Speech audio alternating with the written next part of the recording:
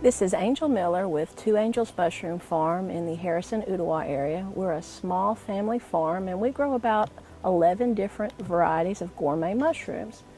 The farm has been in business for approximately a year. We're starting our second year of operation, and my husband and I, we have always enjoyed hiking and just harvesting gourmet mushrooms when we hike. It's been our passion for about 10 years, and we developed a farm out of that. The mushrooms that we grow in the greenhouse, we primarily grow in a vertical format. We're growing oyster mushrooms in several different types, such as blue oyster, elm oyster, phoenix, Mediterranean, pink oyster mushrooms, among others. And the oyster mushroom is a shelf mushroom. That means it doesn't grow up out of the ground. In nature, you'll find it growing off of a tree.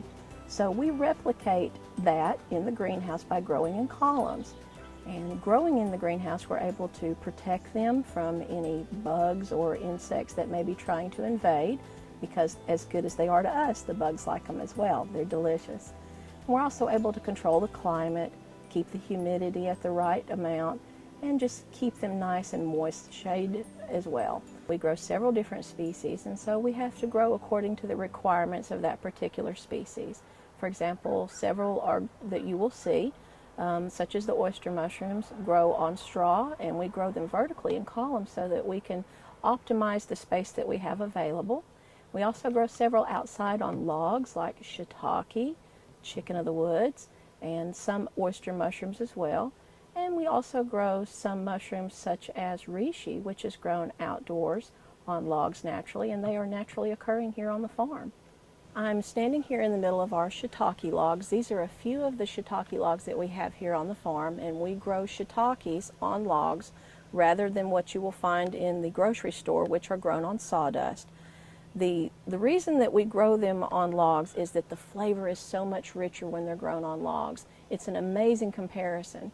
Now, the log-grown shiitakes take approximately a year to fruit after we first colonize them. You'll see that they have some holes and you'll see some red spots. We have drilled some holes in, injected the mycelium in, and then covered it with a food-grade cheese wax. And then in approximately a year, the log will begin to fruit and it will produce mushrooms.